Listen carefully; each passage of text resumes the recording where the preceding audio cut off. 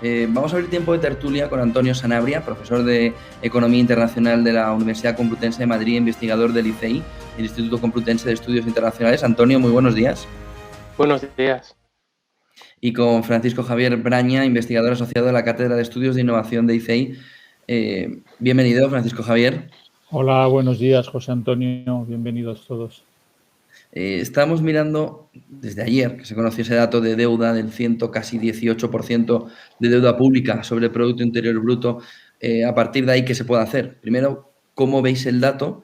Y luego, si veis en ello un problema por el hecho de que la deuda sea menos productiva en países de nuestro entorno, o si consideráis que no hay otra solución y que ahora no hay otro camino que endeudarse y ya saldremos adelante cuando se pueda. Francisco Javier, si quieres empezar tú. Sí, hola, buenos días. Bueno, pues de esto ya hablamos hace 3 meses, creo que una de mis primeras intervenciones en esta televisión, en esta tertulia, récord, y seguimos así. Bueno, que esto, como dije en su momento, el que suba la proporción respecto al Producto Interior Bruto no es en estos momentos un indicador relevante.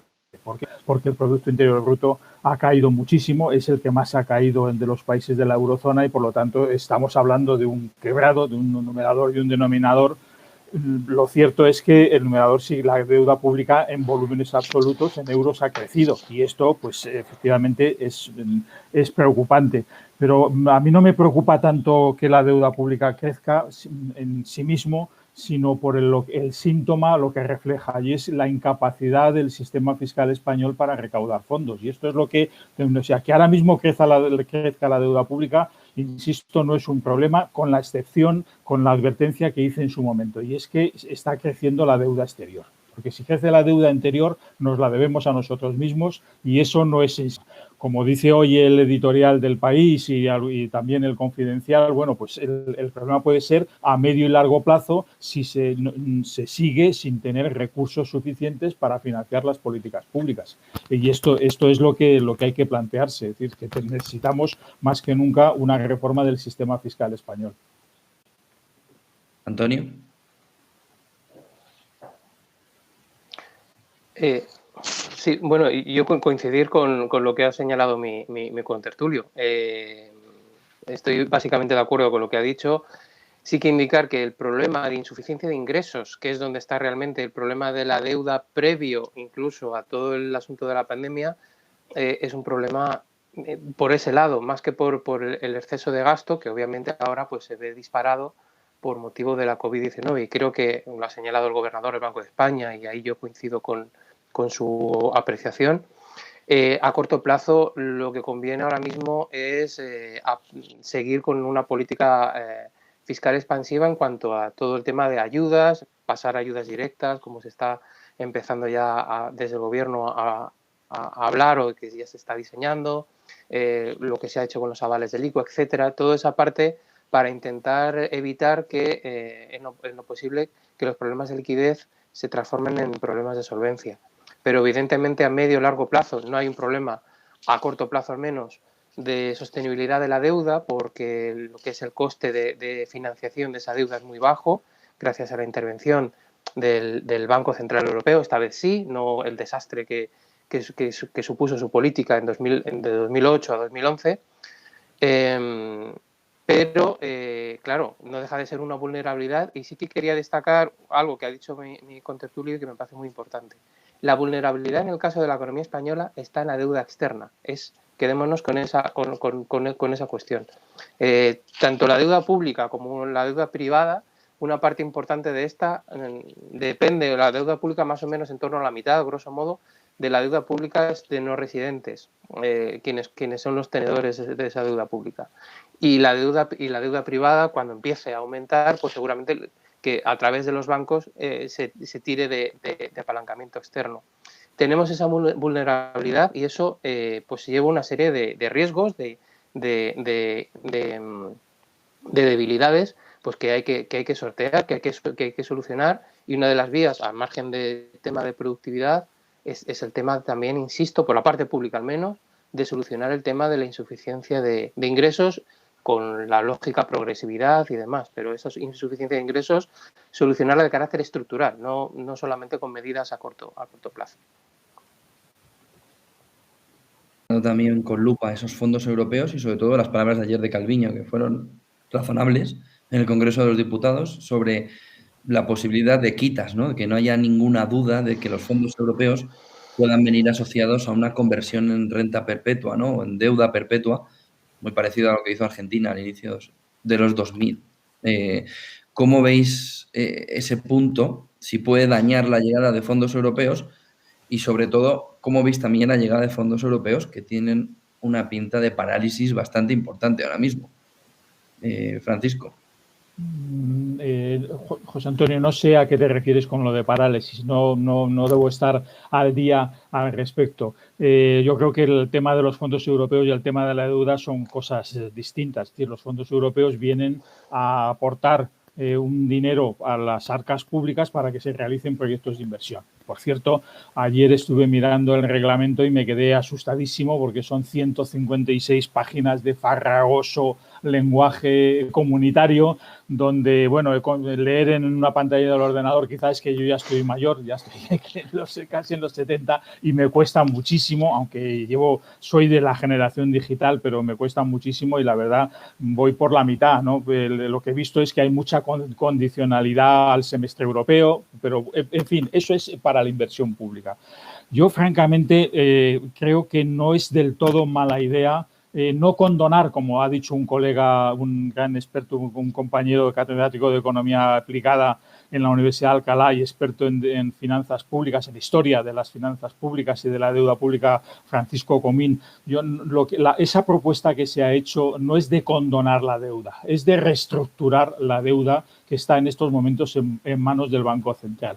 Y yo creo que no es una mala idea, al menos es una idea que debería estudiarse, es decir, no despreciarla como se ha despreciado y como lo está haciendo la propia ministra de Economía. Es algo que ha ocurrido muchas veces en el pasado y que puede tener un cierto sentido reestructurarla, porque la idea sería convertirla en deuda perpetua. A mí, desde luego, me parece que por lo menos habría que pensárselo y valdría. Y, desde luego, en absoluto que sea ilegal ni nada por el estilo. Más ilegalidades ilegalidades entre comillas, que está cometiendo el Banco Central Europeo con sus políticas que está realizando en estos momentos, la facilidad cuantitativa, etcétera. Francamente, no podemos hablar, no tiene sentido hablar en esos temas de legalidad o ilegalidad en este tema de la política monetaria. Así que, efectivamente, yo lo que pienso es que los fondos europeos, si se consiguen que vayan a mejorar la eficiencia productiva del país a través de la inversión pública, bienvenidos. Hoy he leído una noticia en el periódico, en el rato que he podido leer el periódico mientras me tomaba el café, antes de participar aquí, que uno de los proyectos que hay en una comunidad autónoma es volver al tema de la ciudad de la justicia. Pues francamente, me parece, si vamos por ahí, una comunidad que se destaca precisamente por su confrontación permanente con el gobierno de la nación. Pues si vamos por ahí, vamos por mal camino. Antonio. Sí, bueno, vuelvo a coincidir en líneas generales con lo que ha señalado mi compañero. Sí que resaltar, cuando se habla, efectivamente, la legalidad sí que tiene su importancia, obviamente, pero lo que indica, digamos, es el camino para hacer esa reestructuración. Reestructuración de la deuda, en un sentido o en otro, va a haber. En cierta medida, lo está habiendo ya, en tanto y cuanto pues el principal tenedor de deuda pública de algunos países es ya el Banco Central Europeo, lo cual no viola su mandato. Por otra parte, comprar deuda en el mercado secundario es lo que hacen todos los bancos centrales. Comprarlo de manera masiva es lo que se hace en una situación como esta en cualquier banco central. La cuestión en este caso, lo que se planteaba en esa propuesta, era reconvertir deuda en capacidad de inversión, precisamente por lo que señalábamos en el punto anterior, precisamente por el tema de que ahora el aumento del gasto para financiar esa inversión que hace falta para la transformación digital, la transición ecológica, la propia recuperación, necesita de fondos públicos, también privados, pero necesita de una parte importante de impulso público. Con unos ratios de deuda pública sobre el PIB muy altos, aumentar esa ratio de deuda sobre el PIB, pues no, digamos, plantea los problemas que señalábamos antes. La cuestión es aumentar la capacidad de inversión sin aumentar la capacidad de deuda, o sea, el volumen de deuda. En realidad, lo que se estaba planteando no era distinto en el fondo, y el objetivo era exactamente el mismo al que planteaba, por ejemplo, el plan que presentó Calviño o el gobierno español, que dio pie al debate que derivó finalmente en los fondos de reestructuración. Entonces, yo creo que ese es el elemento clave que la Unión Europea pues se tiene que plantear. Es decir, no se trata de condonar la deuda o decir, bueno, pues aquí no ha pasado nada, borrón y cuenta nueva. Se trata de utilizar las herramientas de política económica para transformar una cuestión, aprovechando que la deuda nos la debemos a nosotros mismos, para transformar eso en recursos para esa inversión. Lo que sería, bueno, pues una política común europea justamente en algo que falta hasta ahora, que es justamente ganar en términos de competitividad, ganar en términos de sostenibilidad, ¿no? Y además de manera conjunta. Y creo que la clave está un poco ahí. En cuanto a los fondos de reestructuración, yo tampoco hablaría de parálisis. Es una cosa que digamos, las cosas en Palacio, y más si hablamos de Bruselas, van despacio. Entonces, pues todo lleva una serie de trámites. El propio texto reglamentario que hablaba Francisco, pues es un ejemplo de eso. Entonces, va a ir despacio y se preveía ya que no antes del segundo semestre de este año empezarían a llegar esos fondos. Así que yo en ese caso no veo, de momento, no veo problema. El problema lo había cuando algunos países, por ejemplo, bloqueaban. Pero no veo ahora mismo una cuestión en eso, que sería además eso, para financiar proyectos de inversión que apoyen al propio gasto público que haga España o el resto de países de la Unión. Y para terminar, un último tema es el de la quita que pueda haber de los préstamos ICO o, bueno, alargar ese periodo de carencia. Parece que esas dos vías van a ser las importantes para poder darle viabilidad a empresas que un año después de haber recibido el préstamo ICO está igual o peor. Yo estaba hace un año. Los bancos están diciendo, ojo, porque si condonas, haces una quita de ese préstamo, yo tengo el 24% de ese préstamo, con lo que me va a tocar también perdonarlo. Y ayer lo que decía el Ministerio de Economía, por distintas fuentes, es que una opción eran los incentivos fiscales a la banca para recuperar parte de ese 24% de préstamos ICO que se pudieran condonar. Aquí la clave, sobre todo, es ver si lo que el gobierno está viendo es que esa deuda va a ser difícil de devolver por parte de las empresas, que era una opción hace un año, era bastante viable. Son 117.000 millones de euros encima de la mesa. Pero, ¿cómo lo veis? ¿Se debe hacer ayuda directa? ¿Se debe intentar alargar ese periodo de carencia? ¿Se debe intentar ir por la vía de la quita? ¿Cuál es el camino que veis que es más adecuado en este momento para no estrangular a una serie de empresas, pymes, autónomos que lo pueden estar pasando mal en los próximos 2 o 3 meses cuando empiecen a devolver el préstamo? Sí, a mí, José Antonio, lo que me parece más sensato es alargar el periodo de carencia. Por ahora, es decir, tratar de no seguir, es decir, hay muchas empresas que a pesar de los créditos no van a poder salir adelante. No sabemos cuál va a ser la magnitud de esas empresas. Hemos hablado aquí en esta tertulia y en algunos de vuestros expertos de los problemas que tiene determinar quién es solvente y quién no es solvente en estos momentos. Es decir, eso no es fácil, sobre todo desde el punto desde el ICO, es decir, por la falta de información al respecto. Es decir, ahí hay un riesgo. Por lo tanto, yo ahora mismo me inclinaría por alargar el periodo de carencia para para mantener a las empresas. Porque, desde luego, tal como está la situación en España, aunque las empresas pequeñas son muy pocas, según la información que tengo de los créditos del ICO, son sobre todo medianas y grandes empresas, pero fallidos va a haber, o sea, va a haber quiebras, y eso es inevitable. Y el gobierno, a través del ICO, perderá dinero y la banca perderá una parte de su dinero, pero es que eso es así cuando se dan créditos. Yo, la verdad, es decir, que se le ayuda a la banca con créditos fiscales, con incentivos fiscales, es que no lo veo. Bueno, yo además es que personalmente desde que hice mi tesis doctoral a finales de los 70 soy contrario a ese tipo de incentivos fiscales. Creo que el sistema fiscal no está para eso. Pero aquí, si hay fallidos, pues una parte lo tendrá tendrá que aguantar el sector financiero y otra lo tendremos que aguantar los contribuyentes. No lo veo de otra manera. Mientras tanto, tratar de evitar que haya fallidos y insisto, creo que lo más sensato en este momento y lo menos doloroso es alargar el periodo de carencia. Antonio. Sí, coincido. Lo principal es alargar el periodo de carencia y evitar que esos préstamos se conviertan en impagos. Obviamente, si se convierten, pues tendrán que repartirse la carga de ese coste, igual que se repartían los beneficios, tendrá que repartirse entre las dos partes. Ya el Estado asumió una parte mayoritaria, pues la carga le iría más al Estado, al ICO en este caso, pero el sector financiero, la banca, tendría que asumir la suya.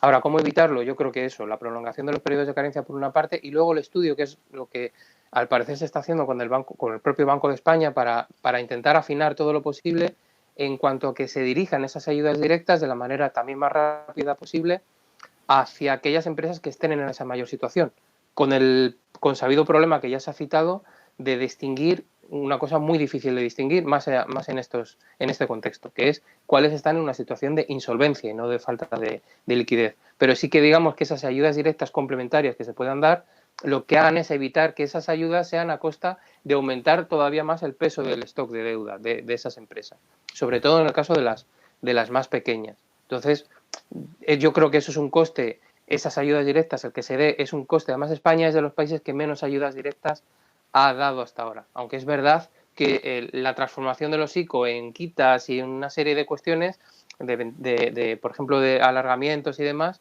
se puede considerar también una ayuda directa. Pero quitando eso, es verdad que España es de los que menos ha dedicado en Europa y tiene todavía ese margen por delante que puede aplicar y que a mi juicio debe hacerlo, porque el coste de oportunidad, en este caso de no hacerlo, es un coste todavía mayor de la destrucción de tejido productivo y de empresas y con ello también de empleo que pueda suponer, con ello más gasto público para justamente atender a todo ese deterioro.